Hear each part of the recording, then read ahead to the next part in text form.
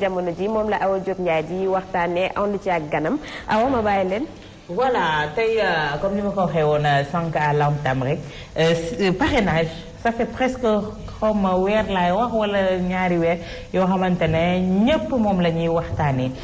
ñépp ñoo xamante ne tey moom moo tax sax organisme yoo xamante ne ña nga doon nelaw sax tey yeewaat nañu muy M23 jugaat nañu di artu waaye Y'en a marre dégg nañ leen ñu jugaat di artu ba benn plateforme bu yees sax judd ci muy pencum askan wi c'est-à-dire l'Assemblée du peuple ñu duddee ko opération Ninki Nanka li ko tax a jóg mooy wàllu parrainage bi ñu jàpp ne loi bi dina dem ci Assemblée nationale jeudi le 19 bi ñu bëri ñu ngi ànd ak tiitaange ragal li nga xamante ne moom moo fi xewoon le 23 juin xewaat ndax genre loi yu mel noonu moom moo indi woon li ni mel ñu bëri jàpp ne njiitu réew mi dina lâcher du lest pour waxtaanee waat ko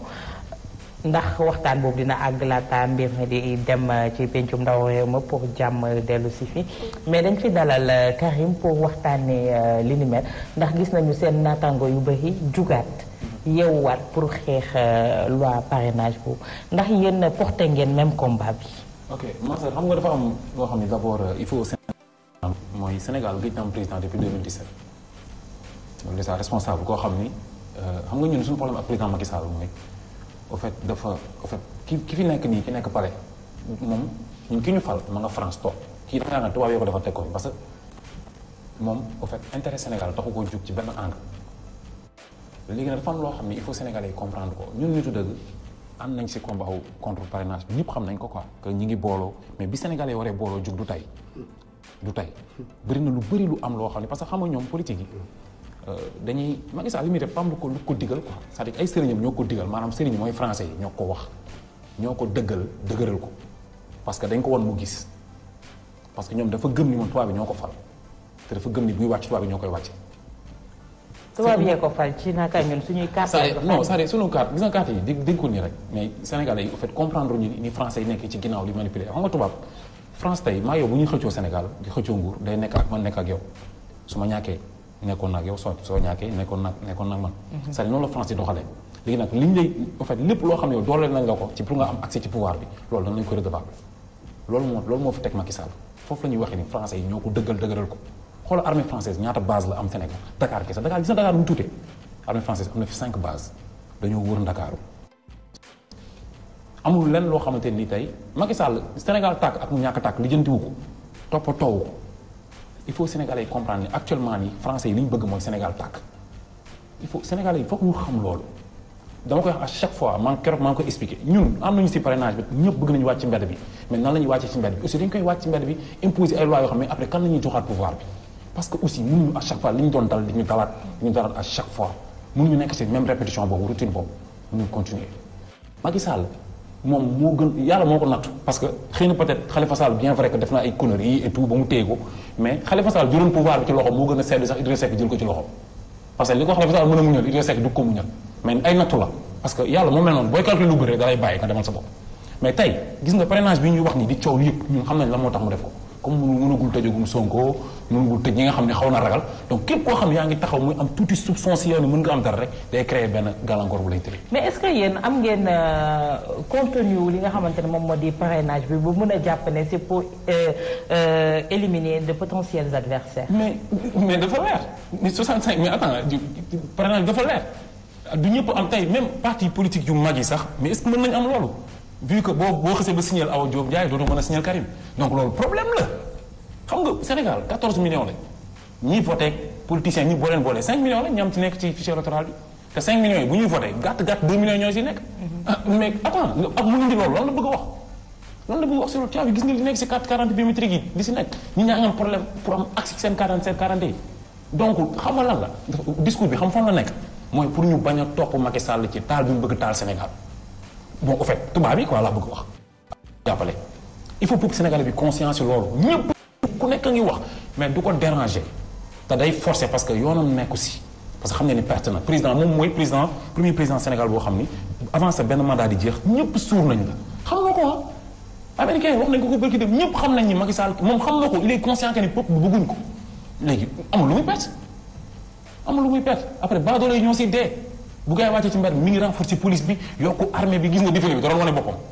mi ngi forcé di napp nit ñi di xuuxalaate naan opposition moo gën a xam ne du opposition bi c'est le peuple sénégalais ñoo doyal ci moom mais noonu lañu utiliser loolu pour defal lu ko neex te tubaab bi ñoo koy dëggal ni ñu taalee Côte d'Ivoire lañ bëgg taalee Sénégal parce que séddoo bi nekk Sénégal français li ñu ci am bariwul dañ cay yéex a jóg moo tax ñu bëgg a tas Sénégal amat mainmise carrément ci pétrole beeg yi ngay zircon yi ngay dégg yooyu yëpp loolu kese la moo tax mu jël dëkk bi yëpp jaay ko jox ko tubaab bi. mais tey yaa ngi wax naan ñëpp ñi ngi jug commencé di wax naan nañu wàcc ci mbedd mi nañ yow àndoo ci forme de lutte boobu ban forme de lutte nga bëgg a prôner fi mu nekk nii. ndax bu fekkee ne tey ki ñuy am en face dafa gumba tëxlu faalewul même bu fekkee ne ñi ngi artu. c'est-à-dire man fi ma juste mu bëggee waxee Mansour dafa nekk si benn angle terewuñu kenn mu wàcc ci mbedd bi parce que ku nekk mën nga wàcc ci mbedd bi quoi mais nga xam lan moo tax ngay wàcc ci mbedd bi. et que tey Mamadou Diop bu dekki woon bu gisee pouvoir Macky Sall bi lan lay wax bi muy taxaw di noddu suñu kanam la naan man dama pare pour sacrifier ma life pour Sénégal tey bu gisee nguuru Macky Sall bi bu yeewoo ci bàmmeelam nga yee ko ne ko xoolal lan lay wax c'est-à-dire foofu laa bëgg delloo Sénégalais yi ana ñan ñoo woote woon bi Mamadou Diop di dee ñan la après fan la mujj Alioune Tine mi lan la mujjee ak pouvoir Macky Sall bi nañu waxante dëgg ana Moustapha Niasse mi yoroon xeer yi c'est-à-dire c'est ça il faut ñu wax gis nga aw xam nga dañuy wax naan Sénégal bu nekk boobu la fi nekkal mais ñoom ñii xeex ñëpp xam nga kaay ma fal ma tey kaay jox ma dénkal ma ci ba ciy xeex am na lu mu soxla loolu mooy problème bi ñun li ñu woo Sénégalais mooy ñu conscient réew mi bu ñu bàyyi Macky Sall taal ko benn mandat lay am ak lu mu mënti am benn mandat lay am moom loolu xam na ko bu mu ko taal bu ñu taal Sénégal parce que ñun Sénégal rek lañu am ñoom ay double nationalité lañu am. mais tey jii su parrainage bi jàllee ce sera simple pour lui de briguer un deuxième mandat. deuxième mandat xam nga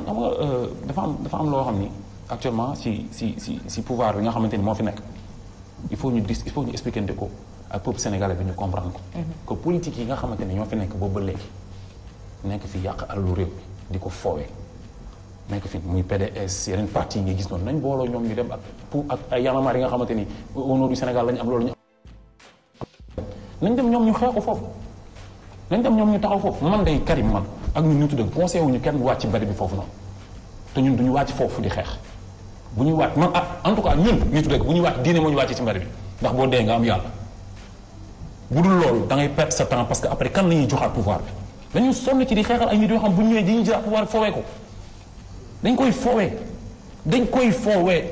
problème mu lan la xam nga la benn affaire ma sœur problème mu Sénégal problème mu leader la réew mi guerre leader yi moo lañ war a arrêté jël dëkk bi pencoo ko teg ñëpp ku nekk wax ñu bàyyi leader yi ñuy jiital koo fi teg day monnaie affaire bi koo dee ndax moom mu jàpp ko jël ko yamal ko ci. kon nag li ma mën a gëm ci yow moom mooy yow gëmuloo classe politique bi. non loolu amul werante. waaw man loolu laa gëm ci moom loolu la gis mooy que gëmulee. parce que lii wane le 23 juin li mu wane la mooy que ñi nekk fii tey jii ñoom ñoo yoroon xeer yeeg yore matelas yi di dem tey jii ñoom ñoo nekk au pouvoir tey jii ñoom ñooy def. les mêmes erreurs waa erreurs bu pire waaw loolu moo am mais man xam nga lu ma bëgg da nga wax benn wax boo xam man daf ci am man nag bëgg naa xam loolu nag saa yi mooy que nee nga Macky Sall mi premier tour xam na ni que matériellement est-ce que mën nga ñu expliquer moom naka lay ñàkkee. non c'est-à-dire xam nga dafa am loo xamante ni gis nga Sénégal dañuy wax à chaque fois si ay vol yu ñuy def si élection. mais nit ñi xamuñu ne élection avant nga koy sàcc wala après mais kenn mënu ko sàcc pendant l'élection Sénégal sàcc fi élection yombul xanaa créer ay bureau de vote te loolu actuellement nii yàlla def na journalistes yi ñu ngi si dimbali bu baax a baax a baax gis nga bu ñu même su fekkee ni moom dafa fexe ba ñii ñëpp jotuñu seen carte sax seen carte électeur ah nit ñi dinañ voté wàcce loolu di ngeen ne Karim waxoon na ko ci télé laa toog Macky Sall du amaat beneen mandat parce que peuple bi dañ ko suur. waa Karim sëñ man Karim man sa logique boobu laa bëgg rek. nga leeral la ko waaw nga leeral parce que moom benn mandat lay am mais logique boobu laa bëgg a xam. mais juste parce que peuple bi ñoo ko suur peuple bi ñoo suur Macky Sall peuple bi ñoo ko suur ñi nga xam ne ñoo fi nar a nekk di pouvoir bi à chaque fois di xëccoo. yaa ngi fàttali ko 2007. 2007 avec l'avènement de Wade. waaw. gisoo ne woon ne que moment boobu avant élection yooyu peuple bi boo doon laaj nii boo duggoon ci rapide ou bien ci car nii nga laajte ñëpp dañ ne woon que Ablaye Wade nii mais après finalement dafa mujjee fam. non 2007 nag man gëw moo ne Ablaye day perte. parce que Ablaye dafa non attends sénégalais dañ koy naxee sénégalais xamul ni état continuité la. Ablaye dafa tegoon ay chantier ci dëkk bi yëpp bàyyi leen ko mu liggéey bàyyi leen ko mu yeggal liggéey ba sénégalais yi doon wax. mais gars yi Macky Sall bi xëy jéemul sax amul sax ay yow da nga wax ci wax défense la toog moom non c'est que yow da nga wax ci ay wax yow da nga ne sénégalais yi gëmatuñu ko mais boobu 2007 tamit honnêtement man bu ma daan wax bu ñu daan wax toog nit di wax dañuy 10 personnes 2 rek ñëw ci àndoon ak Ablaye Wade mais Ablaye Wade mais coach li Karim wax da nga daan dégg ñu naan bàyyi leen ko mu liggéey bàyyi leen ko mu àggal yi loolu moo ko may force loolu da nga ko doon dégg peut-être même bu fekkee ne nit ñi ngi doon wax kenn du lekk ay xeer wala kii mais ñu ci bëri dañu doon wax bàyyi leen ko mu liggéey au moins amoon na benn vision boo xamante ne porté woon na ko peut-être. te kon ne amul ak kii moom amul. loolu laay laajte loolu il faut xoolal. non attends kii man dama bëgg man dama bëgg lu concret. gis nga man loolu laa bëgg. lu concret. mais coach pour ñu toog ñu waxante dëgg. lu concret. comme Wade. amoon na loo xam ne ay chantier. ñu naan de bàyyi ko muy liggéey bon. et ça loolu moom moo jur tey péage bi ñu am. moo jur d'accord léegi moo jur monument beeg yi. d'accord naa.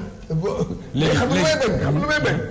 léegi tamit loolu la woon tamit. non loolu coach loolu mënul am parce que dafa newul ci benn chantier newul ci benn projet. ki nekkul ci dara lu dul liggéey tubaab bi. jël na lépp teg ko ci loxo tubaab bi ki amul lenn loo xam ne c'est-à-dire ñun nguuru Macky Sall li ñu ci jàng mooy égal France day gën a gouverner rek di gën a am mainmise ci dëkk bi donc man li may wax mooy gars yi dem lijjanti ci fichier électoral bi ñoom seen combat yi seen rang-rang yi dang-dang yi ñuy def nii ak naan noonu nit ñi nañ wàcc mbedd bi ku nekk fu mu nekk bu nee na wàcc politicien bu nekk na jiital jabar ba ci doomam ngeen wàcc mu dox jiitu ca kanam ngeen avancé ngeen bàyyi leen ñoom ñu dem xeex ko parce que ñoom ñuy jëlaat pouvoir bi fooy dëkk bi doomu baadoola yi nañ taxaw dem fexe lijjanti fichier électoral bi dem jëli seen i carte d'identité biométrique dem voté ji jëli fi Macky Sall. kon sensibilisation parrainage bi nag ko war na am. mais parrainage tey su amee li ci topp yëpp ce sera peine perdue. bu fekkee ne tey parrainage bi jàll na. tey par exemple ñi nga xamante ne c'est des potentiels juddoowuñu ci parti politique yi ñoom dañoo ne cëpp ne lay am lu leen métti lu ñu dund. bëgg xeex ngir jëlee fii li ni mel tey ñooñu ñëpp Macky Sall su xoolee par exemple quelqu'un comme Sonko comme ni ñu ko waxee sànq. am na ay idées commencé na approcher sénégalais yi xaw nañu am benn ressenti ci moom. genre boobu tey jii su demee parrainage ñu ne ko mënoo jàll recadré nañ la te li ci métti mooy amul recours suñ la dàq nañ la bu fekkee ne ñooñu ñëpp tey mu effacé leen tey kam lay jàkkaar lool. moom laa lay wax dama ne la c'est-à-dire problème mu Sénégal problème mu leader bi la c'est-à-dire gis nga tey ma sœur man dama bëgg ñu xam ni suñu combat nekkul ci li ñuy nekk nii problème mu nit la tey bu ñu ñëwee jëlee fi parrainage bi tegaat fi keneen mu indi leneen lu dul parrainage Abdoulaye unoon na fi 25% bi dëgg la loolu laa lay wax xeex bi kon du mës a jeex kan la ñuy joxaat pouvoir bi c'est que xam nga tey xam nga nit ñi lan la ñu rawante mooy kuy projeté di xool lu sori fan la jëm mais ma sœur mais Mamadou Diop ay xale yu ndaw la bàyyi Fodé Ndiaye ba léegi amul sax acte de décès te policier la te pourtant c'est le peuple sénégalais yi c'est des citoyens sénégalais ay nit yuy dee ci mbedd bi noonu pour lan ndax ay nit yoo xam ne seen carte la ñu yor petite tante ay blindé yor seen i garde du corps même bu ñuy wàcc ci mbedd bi sax ay ponkal la ñuy àndal yor arme mais lu tax kon ñun baadoolo ñuy dee après dañu am ceeb bu ñu lekk man foofu laay waxee de ñi ngay dégg ñuy wax yëpp am tour ñu nekk ci média bi di wax yëpp kenn ci ñoom doo ko gis mu taxaw carrément ci front bi dañuy jiital nit yi rek ñuy dee mais après pour lan tey jii kon su ma la déggee amuñu offre politique programme de campagne rek la ñuy proposé. maa sœur gis nga li may wax yow. est-ce que fii tey Sénégal mën nañu différencier xam nga c'est quoi le problème mooy askan wi ñuy jàkkaar lool di leen nax. offre politique tey jii ki ko mën a xam ak programme de campagne bëriwuñu. tey par exemple suñu nee Kaw Wade bi muy ñëw offre politique la tegoon offre politique boobu tey moom mooy continuer ba lii ngay gis nii yëpp mu am muy réalisation yi mais programme de campagne mooy ku taxaw rek naa ma suñu la falee dinaa def li te étudier wul carrément faisabilité li nga xamante ne moom la war a def. même chose nga gis yaa ngi koy gis ci Idrissa Seck pareil même chose tey bu Sénégal yi demee bay xalaat Idrissa Seck mooy jaaxle nañ amatuñ fu ñu taxaw nañ waxante dëgg rek. bu ñu demee bay xalaat Idrissa Seck naan noo xam naa te xam nga ne actuellement kan moo fi nekk ku dul moom à part ay ñoom Sonko yi c'est-à-dire problème nag mooy la laa wax moom laa la wax day dellu soit fu ma la bëggoon indi dëkk bi dañ ko war a tiyatoo teg ko dëkk bi yëpp toog ñu waxtaani réew mi jël kilifa diine yi jël réew mi géré ko Sénégal fi mu jëm nii du jàmm te Macky Sall mi yoonam nekku ci. politique mais tey dañu dégg Sidi Lamine ne ñi war a wax nañu jug wax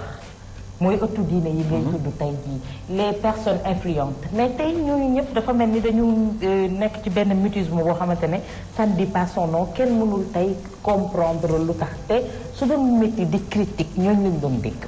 du ma c'est-à-dire xam nga man si Lamine Niass waxam jooju maa ngi ko gis mi ngi tourné si net bi sax quoi dafa malheureusement nag Sénégal ndeysaan dañu nar a bàyyi ba si Lamine Niass yàlla na yéex ba mu génn àdduna ñuy soog a xam li muy combattre à chaque fois nag si côté imam bi combat yi ñuy combattre yëpp damay gis ni position yi ñu ciy jël après la gars yi di wax pourtant si Lamine Niass waxoon na ko te ba léegi comprendre ñu ko parce que am ñun ñoo xam ne au fait arrangé wuñu leen arrangé wu leen ko ak ci discours yi muy def mais kilifa diine yi ñoo war a jël réew mi yor ko pouvoir bi ñu am politique bi amu ko ñu jël réew mi toog jël état bi gouvernement bi teg leen ñu jël réew mi waxtaanee ko parce que lii nii di am lii raam nii le 19 bi nii ñii dañoo bëgg a jóg Macky Sall day taal dëkk bi yoonam nekku si te baadoole yi ñoo si dee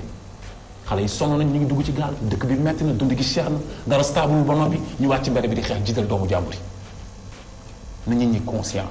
réew mi ci loxo yi ñu ko war a teg nañ ko jël teg ko ci loxo yooyu mooy dëgg mooy fekk ko ci ay nit yoo xam ne ay responsable lañ ñoo xam dañoo ragal yàlla teg Sénégal ci loxo yu set. mais tey jii ñi war a wax tey jii Karim lu tax génn ñu wax këru diine goo ci dem tey appartenance politique bi daf fa fës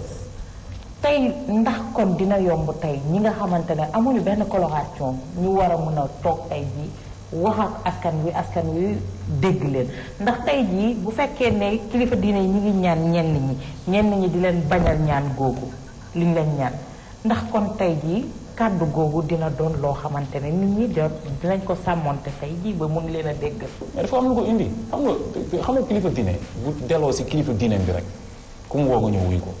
bu taxawee tànk boo jëm toogee ak tànk yi mu taxee benn la kenn du ko yàpp ku mu woo di nga ko wuyu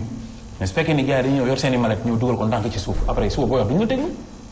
dama ko wax keroog loolu maa ko wax benn interview ma ni réew mi dafa jaxasoo il faut nit ñi xam ni kilifa diine yi xam ni xaalis bu lewul bi ñu leen di jox day tax bu ñu ñaanee du nangu day wàññi personnalité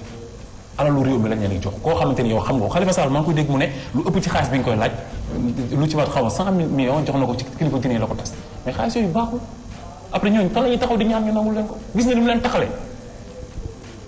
aw Sénégal dafa am problème de ngan di problème la am xam nga ñun ñu ngi toog nii di wax nii di expliquer mais Sénégal dafa am ay sérieux problème te Sénégal yi dañ ko ñàkkal fayda tubaab bi nag dañu bëgg taal réew mi te am nañ marionnette koo xam ni marionnette la sous-préfet France boo xam ni moom pare na lu ko français yi wax def mu def ko pare na si daf ci pare carrément te ñoom dañu yor seen i passeport. mais à quelle fin tey lan la ciy jublu lan la ciy gañe moom mii tey ndax ak lu mënti am na fi itam njaboot tey à quelle fin lu tax ñu bëgg taal réew mi lan mooy seen but suñ ko taalee même liñ ciy yóotu tey jii pour ñu jot ko day métti ci ñoom mooy wàllu ressources yi nga xamante ne moom moo feeñ tey si suñu biir réew mi. yow kon xam nga tubaab bi même mise dañuy am ci Sénégal fexe ba lépp ak multinationales yi nga xam ne jot nañ leen utiliser ñiy jënd yépp ñoom ñu teg seen loxo di contrôler ñooñu lépp la ñu bëgg a contrôler dañ koy gérer armée française ay émetteurs la ñu yor fi yoo xam ne même seen suñu yeneen partenaires yi sax li ñuy wax dañ koy xam c'est que loolu mooy problème bi tubaab même mise dañ bëgg am ci réew mi gérer tout si lépp luy ressource Sénégal lépp lañ bëgg mais Macky Sall moom yoonam ne nee la politique dama la xool waxal ma kan demal ci Moustapha Niasse demal même opposition bi kan moo ci amul double nationalité nii la ñuy jaar jël avion dem yóbbu seen i njaboot nii la ñuy jaar bàyyi ñu fi ñoom Karim ñun bu ñu xëyee duñu dékk ci mel na mbay dañ wax ak booy ñu conscient xam ne waruñu dee ci mbedd bi nii ci ñi nga xam ne jaruñ ko. ci foofu sax la bëgg a ñëw man li muy wax sànq ba tey je pense que sax dafa ni ñu koy waxee dafa saaxami sama lanc parce que avant-hier rek maa ngi am commencé doon waxal ma ne ko Sénégalais bu ñu amoon fulla ci seen bopp bu ñu xoolee li xewoon le 23 juin Mamadou Diop xool ay Fodé Niang yooyu noonu donc le 19 ñoom ñëpp dinañ toog seen kër bañ a génn parce que boo xoolee ñi leen jiitaloon le 23 juin di yóbbu leen ñuy xeex ba ay nit di si faatu ay nit di si gaañu ñii ñu leen di jàpp ñooñu ñoo fi nekk tey di doxal ay yoo xamante ne nii je pense que kenn kontaanu si donc ñoom tamit nañu xoolaat seen bopp sénégalais yi ñoo xam fi ñu teg seen tànk xam ne dañ leen di utiliser parce que depuis ay politiciens yi heure bu ñu amee problème doo dégg ñu ne doomu politicien bi lañ jàpp wala doomu politicien bi moo faatu mais ay sénégalais lambda ñoo si ñàkk seen bakkan te ay soutien de famille lañ seen famille dañoo am si ñoom yaakaar donc nañ toog seen kër xam ne jaru ko quoi franchement. mais aussi benn côté man je me dis que on peut pas faire d'omelette sans casser des œufs. mbir soo ciy xeex bul xalaat lu la ci mënti fekk ndax lu nekk mën na cee am révolution boo gis mu aboutir ñaata nit ñoom ñoo ci ñàkk seen bakkan xare Badar bu ñu koy def pour lan la woon ñaata nit ñoo ci ñàkk seen bakkan donc je pense que am na yenn yoo xamante ne su la ngëm jiitalee mais mu bañ a doon loo xamante ne intérêt wu yu terre à terre yu àdduna. problème baa ngi noonu nag c'est-à-dire xam nga ni xare Badar nga wax bu ay homme de valeur ñoo ko jiite. xam nga révolution boo koy wax xam nga boo nee mënoo defar omelette te tojoo ay nen mais day fekk nga am fooy def nga am pool am diwlin am yoo xam ne xam nga ne lii boo ko tojee après da nga ko si mën def mën ko use mais doo ko use amoo pool amoo gaz ki la jox kilo di gaz bu wóoruma da di nga ko gis bu togg jotee boo tojee ne ni boo watul doo ko laal doo ko lekk c'est parce que ñi ngi ko séqal la mais nax nañ ñu ñaata yoon lañ ñu nax ñaata yoon lañ wax discours yoo xam ne gëmuñu si dara Macky Sall mii moo taxoon fii di wax ay Abdoulaye Wade bu defee lii dañ koy nii amoo tey te si loolu awa boo xoolee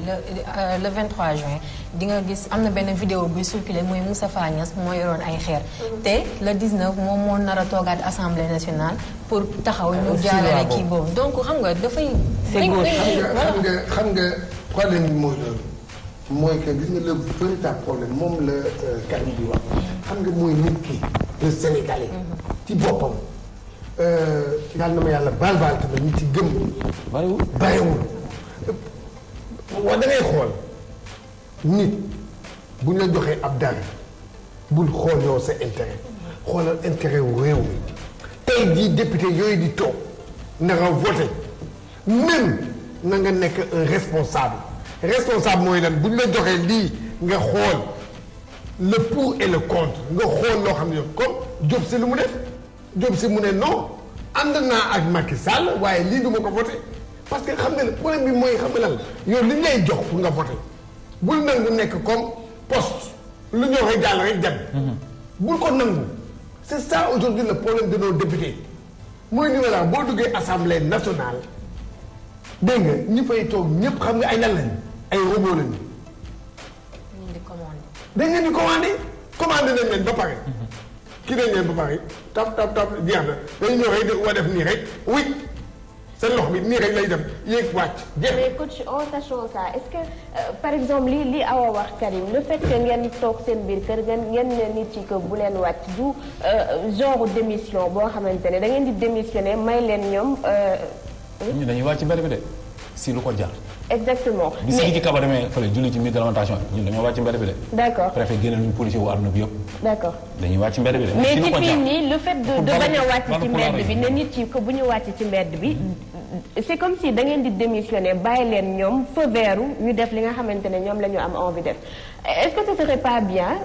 je sais pas même bu fekkee wàcc beneen posture exactement ngeen en vous disant que lii première étape combat bi la boo leen jógee ci loolu ngeen am gain de cause ngeen dem ci leneen li nga xamante ne peut-être moom moo leen di permettre ngeen xool au moins ku tane ci ñoom gunge askan wi de ce fait ñu votel kooku mu xaw a mu tane par rapport à ñi nga xamante ne ñoom ñoo fi jot a toog mais bu fekkee da ngeen toog rek ngeen ne non du ma wàcc parce que bu ma wàccee ñoom seen jabar yaa ngi seen biir kër yi seen doom yaa ngi fa et cetera feu vert la pour ñu def li nga xamante ne moom la ñu am envie def. non li ñu am envie def moom seen programme lañ koy def dañ ko projeté kenn mënu ko dindi ñoom dañoo jógee fii programme lañ yor seen agenda lañ yor ni lii la ñuy def kenn mënu ko dindi Macky Sall bu muy toog di am programme boobu yàgg na Idrissa Seck mii di wax nii tey programme am la yor politique dañu yor seen programme bopp quoi. et puis bu ñuy déglu sa kàddu également on a l'impression que yow da nga sûr à 100% que Idi bu fi Macky jógee Idi moom mooy toog. depuis ça du sûr à 100% c'est-à-dire fi ma li ma bëgg wax rek mooy c'est-à-dire que même politique yi instant yi nii gis nga média bi ni ñu ko def même politique yi ñoom la rek ça tourne autour de foofu laay waxee quoi te tey booy tànn booy wax ay pion mënuma bàyyi Idrissa Seck tey bu doon lamb gi la bu dul Modou Lo mooy Balla Gaye dañu waxante dëgg quoi donc loolu mooy problème bi donc c'est bu may wax dama lay wax ne la Idrissa Seck par exemple moo fi nekk moo fi feeñ nii mais man li ma gëm mooy Sénégal dañ ko war a jox pour ndox yu set bu dee jullit ñu tegal la kaamil alxuraan nga jàkkaarloo askan bi sëriñ si ay responsable toog ñu teg réew mi ñu ëttiyu ko toog teg ay kilifa yoo xam yàgg nañu xeexal réew mi ñu mel ne ay ñoom Sidy Lamine Niasse ay kilifa yu mag nga toog wax nga ñu lu ñu mën a dégg ñu poser ay questions yu leer tegal la kaamil nga waat ci engagement yi nga jël kaamil moom boo ci waatee moom boo amul fas yéene def ko sax doo yegg ci li nga bëgg def foofu lañ toll nit ñi nekk ay nitu dëgg mais mënuñu à chaque fois même répétition yi ñun ay mouvement lañ yor quoi yu am ay mbooloo yu bari dama man conseillé wu ma kenn mu wàcc ci mbedd bi Sénégalais yi nag amuñu koy wax ak ñoom franchement ma sœur kenn waxu ci franchement pour wax ak franchise minute wax naa ko fii ñu may lu nekk ñu ma ko wax ma ne Khalifa Sall man su ma doon juge bi 10 ans laa koy dóor da nga xeeb liñ ko doon. non ça waxin la dama la ko wax ni politique yëpp lañu war a tëj. d'accord parce que koo ci topp rek benn xale bu dee ci hôpitaux yi parce que courant moo coupé rek ñoom ñoo la rek c'est des milliardaires te dëkk bi amul dara lu dul jeex lañ yor loolu laa ma ne kenn Macky Sall bu wàccee dañu war a góorgóorlu ba mu nekk premier président bi ñuy tëj c'est que loolu laa wax ko man politique yëpp dañu war a am ay jafe-jafe am ay problème pour xam ni dañu war a bàyyi foowee Sénégal loolu mooy problème bi foofu la waroon waxee quoi mais nit ñi comprendre wu ñoom mais francisme bi rek tawakkaltu ala Allah waxte yàlla tax ma ni loolu moo am solo léegi nag li ma gëm man mooy man Abdou Karim Gueye nit ñi ne waaw d'accord wax na li waxate ne li ma wax mooy man conseil ma benn sénégalais muy wàcc le 19 parce que après même bu dul ay affaire parrainage bi sax keneen kiy farwaat dina indi beneen bu bees ngeen wàccaat ci mbedd bi encore xool leen kan ngeen ni c'est problème fan lañ am ñu tànn comment lutter pour dire non comme que parrainage bi yéen àndu leen ci comment lutter pour dire non à ce parrainage là comment dire non à ce que bu mu jàll en plénière ñu voté ko war ko mën a jëfee surtout comme on dit à quelques mois des élections ñu bëgg a indi loi boobu te soo xoolee si arithmétique mënul jàll ndax soo calculer tant de candidats su amee rek ku ci nekk di ut 65000 voix day dépasser largement li nga xamante ne moom mooy fichier électoral bi. mais xam na ko il le sait ñoom kon da nga commencé li nga wax ne da nga ñoom xamuñ ko mais loolu mooy seen programme au fait ñoom loolu lañ bëgg di naxante loolu lañ bëgg di nax askan bi ñun dañu wax ni constitution Sénégal lañu war a taxañ ba mu jekk ñu sànni ko ca mbalit ce pays là c'est un pays de 95% des musulmans tubaab bi ñoo ne la majorité démocratie mooy quand la majorité l'emporte les musulmans ñoom la mooy seen téere la mooy seen constitution ñu àttewu ci alxuraan bi il faut dire les choses telles qu'elles sont il faut ñu bàyyi raayante bi gis nga benn loi bu ñu fi mënti teg nit moo ko teg nit day dëddu day wàññeeku day soppeeku day am ay sentiments yaayam jabaram doomam xoolal pouvoir yi Macky Sall am xoolal président Sénégal constitution pouvoir yi mu ko jox chef suprême des forces armées dañ ko tàpp chef supérieur de la magistrature lépp xoolal lépp tey mooy gérer justice bi assemblée nationale moo koy gérer Macky Sall bu ko neexoon tey Aw Ndiaye nekk milliardaire léegi-léegi su ko neexoon Karim dee léegi-léegi wala ñu teg ko ci kaso bi mën na ko moom te pouvoir yooyu lañ ko jox ci nit koo xam ne xoolal est-ce que sax am na iman est-ce que ragal na yàlla moo tax Sénégal fi ñu war a defar du loolu seen nday jël olof dafa ni booy rey ak as lëf da ngay dem ca nday jël constitution au Sénégal institution yi moo baaxul justice bi ni muy doxee baaxul c'est que yooyu mooy problème bi moo dara du dox dara mënul dox Sénégal képp bépp président boo fi gis mu taxaw di le discours te waxul le discours bi ma la wax bëggul defar Sénégal intérêt ma ko tax a jóg même parti politique yi sax tubaab yi ñoo ko créé parti tubaab yi ñoo ko créé ay PS yëpp am na France donc da ngay mujj topp si ñoom par force léegi li ñuy dimbali te bu jógee ci problème bi yëpp mooy mënuñu la routine répétition après Y'en a marre Modou Mar après Awa Mar après mënuñu continuer loolu à chaque fois ci mbedd yi le Sénégal ne peut pas continuer comme ça nañu wax Sénégalais yi ne leen na jullit yi booloo ñu jël kilifa diine jiital leen ñu teg Sénégal ci charia les gens ont peur de le dire ñi ko wax ñu ngi ñu jàpp leen apologie di leen àtte ci kaso bi tëj leen ay at